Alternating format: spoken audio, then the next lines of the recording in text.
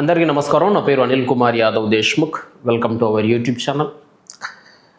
ఈరోజు మనం మాట్లాడుకునే టాపిక్ పద్మభూషణ్ అవార్డు గ్రహీత శ్రీ నందమూరి బాలకృష్ణ గారి గురించి.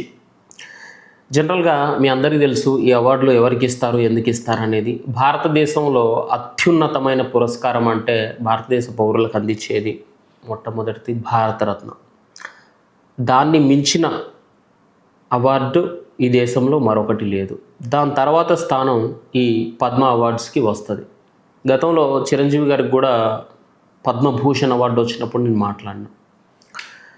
పద్మభూషణ్ అంటే ఈ పద్మ అవార్డ్స్ని కూడా ఇందులో 3 రకాలుగా విభజిస్తారు: పద్మవిభూషణ్, పద్మభూషణ్, పద్మశ్రీ. ఈ 3 రకాలుగా.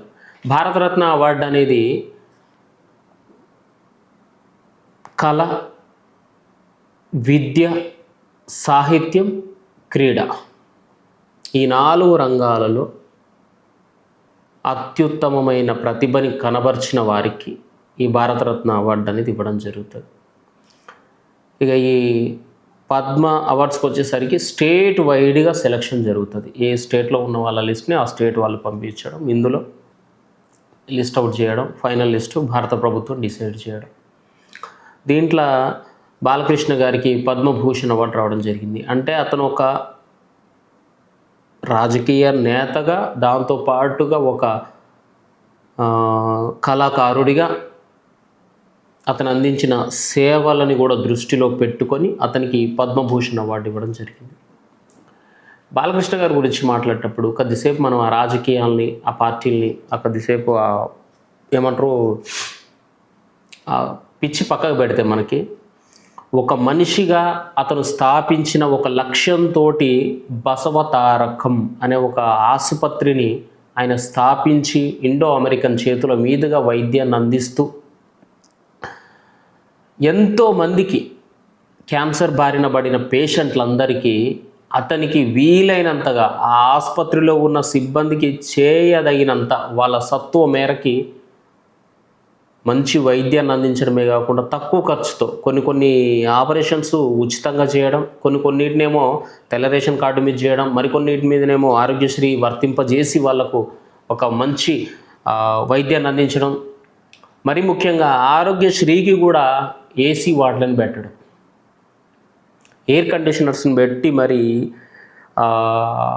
క్యాన్సర్ పేషెంట్లకి ట్రీట్మెంట్ అందించడం హైదరాబాద్లో ఎవరూ లేరని బాలకృష్ణ గారు చెప్పారు. కేవలం ఇదంతా ఎందుకు చేశారంటే ఆయన వాళ్ళ తల్లిగారు, వాళ్ళ మాతృమూర్తి గారు ఇదే క్యాన్సర్ వ్యాధితోటి పోరాడి మరణించారని చెప్పి ఆయన ఏ తల్లి కూడా, లేకపోతే ఏ ఒక్క సామాన్యుడు పేదోడు కూడా ఇట్లా చావకూడదు, అట్లా చావకుండా ఉండడానికి నా వంతుగా ప్రయత్నం, నేను అందరినీ ఆపలేను కానీ కొంతమందినైనా బతికించడానికి నా ప్రయత్నం నేను చేయాలని చెప్పి వాళ్ళ అమ్మగారి పేరు మీద బసవతారకం అనే ఆసుపత్రిని పెట్టి నిరంతరం ఇప్పటికే హైదరాబాద్లో కానీ ఇటు విజయవాడలో కానీ ఆయన ఆసుపత్రుల్ని రన్ చేస్తూ పేదలకి మరి ముఖ్యంగా ఆయన అందించే సేవలని గుర్తించి ఈరోజు రాష్ట్ర ప్రభుత్వం అయితేనేమి, అటు కేంద్ర ప్రభుత్వం అయితేనేమి అతనికి ఆ అవార్డుని ఇవ్వడం అనేది మనస్ఫూర్తిగా దీన్ని మనం అప్రిషియేట్ చేయాల్సిన సమయం, అభినందించాల్సిన సమయం కూడా. ఎందుకంటే ఇది ఆయన ఏదో ఏమంటాం రాజకీయంగా కొంతమందికి అతనంటే ద్వేషం ఉండొచ్చు, మేబీ వైసీపీ వాళ్ళకి కానీ, ఇంకొక పార్టీకి కానీ, కొన్ని పార్టీలకు కానీ ఇలాంటి మంచి పనులు చేసినప్పుడు ఏ మనిషి చేసినా దాన్ని 100% మనం అప్రిషియేట్ చేయాలి. ఎందుకంటే రేపు పొద్దుగాల మీకో, మాకో, ఇంకోడికో కూడా అలాంటి మన బంధువులో, స్నేహితులో ఎవరికో ఒకరికి అలాంటి క్యాన్సర్ మనకి అటాక్ అవ్వచ్చు. ఆ సమయంలో ఇలాంటి వారు, బాలకృష్ణ హాస్పిటల్కే మనం పోతామని చెప్పలేం కానీ బాలకృష్ణ గారు అలాంటి సేవలు చేస్తున్నారు కాబట్టి అతన్ని స్ఫూర్తిగా తీసుకొని ఇంకొకరు ఇట్లా ముందుకు వస్తూ ఉంటే మనలాంటి సామాన్యులు ఎవరో ఒకరు, మన కుటుంబంలో ఎవరో ఒకరు ఇలాంటి వాళ్ళ వల్ల, ఇలాంటి అవార్డుల వల్ల కొంత ప్రభావితమై జనాలకు సేవ చేయాలి, ఆసుపత్రులు నిర్మించాలని చెప్పి ముందుకు వస్తే మనలాంటి సామాన్యులకు ఎంతో కొంత లబ్ధి జరుగుతుంది కదా. అలా వాళ్ళు ముందుకు రావాలంటే ఇలాంటి అవార్డులు గ్రహించిన సమయంలో కానీ, లేకపోతే వాళ్ళని ప్రభుత్వం గుర్తించిన సమయంలో కానీ వాళ్ళని మనస్ఫూర్తిగా మనం అప్రిషియేట్ చేసి వాళ్ళని పుష్ చేయకుండా, వాళ్ళని దిక్కుమాలిన కామెంట్స్ మనం రాసి వాళ్ళని తక్కువ చేసి చూస్తే మాత్రం అలాంటి వాళ్ళు ఎవరు ముందుకు రారు. కర్మగాలి నీకు తెలిసిన వాళ్ళు ఎవరో ఒకరు రోగం వస్తే మాత్రం ఇంకా అందరం కలిసి దండం పెట్టుకోవడం తప్పితే ఇంకో అవకాశం ఉండదు. కాబట్టి ఇందులో మనసులో ఎలాంటి ద్వేషం లేకుండా మనస్ఫూర్తిగా బాలకృష్ణ గారు చేసిన దానికి, అంటే ఆయన కూటమిలో ఉన్నారనే కాదు, ఆయన పవన్ కళ్యాణ్ గారితో సన్నిహితంగా మెలుగుతున్నారనే ఒక కారణమే కాదు, ఇవేవి కాకుండా ఒక మనిషిగా ఆయన అటెంప్ట్ని 2000